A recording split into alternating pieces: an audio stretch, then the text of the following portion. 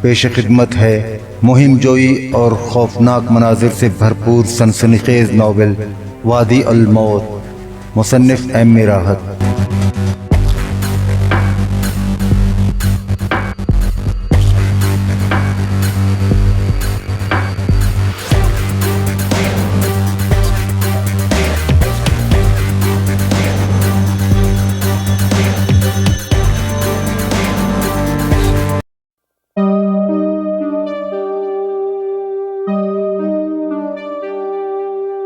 بڑی عمارت کی طرف جاتے ہوئے شہروز کو سکندر خان کے زندہ ملنے کی توقع کم تھی، لیکن بہرحال وہ سکندر خان کو تلاش کرنا لازمی سمجھتا تھا۔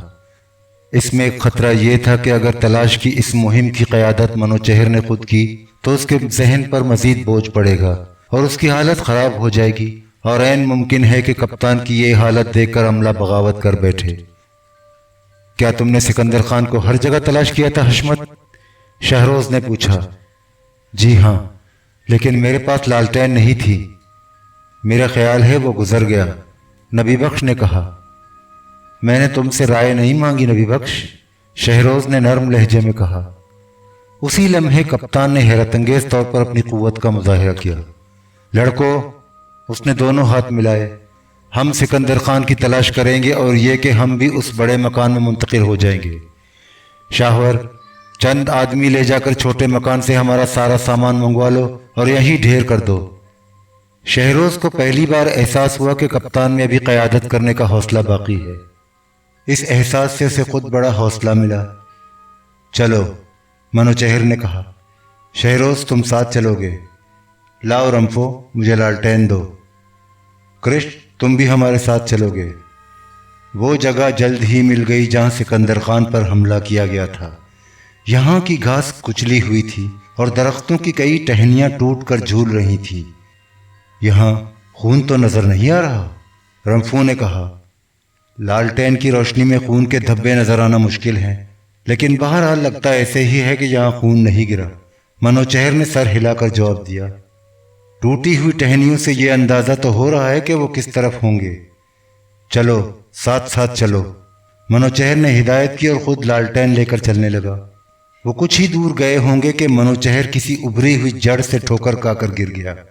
اس کے ساتھ لالٹین بھی اچھل کر دور جا گری۔ شہروز بہت پھرتی سے پلٹا اور اس نے کپتان کو اپنے بازوؤں میں اٹھا لیا۔ خدا غارت کرے، منوچہر غصیلے انداز میں بولا، لالٹین کی لو نے مجھے اندھا کر دیا تھا۔ چوٹ تو نہیں لگی؟ شہروز نے پوچھا۔ نہیں، شاید ٹانگ پر لگی ہے، زیادہ سنگین نہیں، لیکن فکر لالٹین کی ہے، نہ جانے اندھیرے میں کہاں گر کر ٹوٹ گئی ہوگی۔ رمفو نے لالٹین جلد ہی تلاش کر لی۔ وہ بھڑک کر بجھ چکی تھی اور اس کی چمنی چٹک چکی تھی، ذرا سا تیل بھی ضائع ہوا تھا۔ پھر جب وہ آگے بڑھے تو سجاد لنگڑا رہا تھا۔ کچھ دیر بعد گاؤں ان کے سامنے آ گیا۔ یہاں سناٹا اور ویرانی تھی، صرف چند مکانات روشن نظر آ رہے تھے۔ یہاں ضرور کچھ ہو رہا ہے جناب، کرش نے زیر لب کہا۔ ممکن ہے انہوں نے سکندر خان کو یارک کے گھر میں رکھا ہو، منوچہر نے سرگوشی کی۔ یہ بھی ممکن ہے کہ اس کو موبد میں رکھا گیا ہو، شہروز بولا۔ لڑکی کے اشاروں سے ظاہر ہوتا تھا کہ موبد کا پادری بھی اس سلسلے میں ملوث ہے۔ ہم اس راستے سے چلیں گے جو موبد کے سامنے سے گزر رہا ہو اور یارک کے گھر کی طرف جاتا ہو۔ تب پھر تم ہی قیادت کرو۔ صرف آسمان پر ستارے چمک رہے تھے۔ شہروز ان کے آگے تھا اور وہ اس کی قیادت میں گلیوں میں داخل ہو گئے۔ شہروز کا رخ چوک کی طرف تھا، جہاں سے انہیں موبد صاف نظر آ سکتا تھا، اور وہیں سے یارک کے مکان کی سمت بھی دیکھ سکتے تھے۔ یہاں کی خاموشی بہت قریح، پراسرار اور خوفناک لگ رہی تھی۔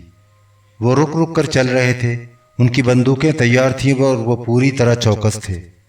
بعض مکانوں سے انہیں ہلکی ہلکی آوازیں سنائی دے رہی تھیں، غالباً لوگ جنتر منتر پڑھ رہے تھے۔ یہاں کی بو سے رمفو اور کرش دونوں پریشان تھے۔ چوک کے قریب پہنچ کر انہیں مکانوں کے درمیان کھلی جگہ نظر آنے لگی۔ شہروز رک گیا، وہ سوچ رہا تھا کہ اب بائیں طرف سے جائیں یا سمندری راستے سے۔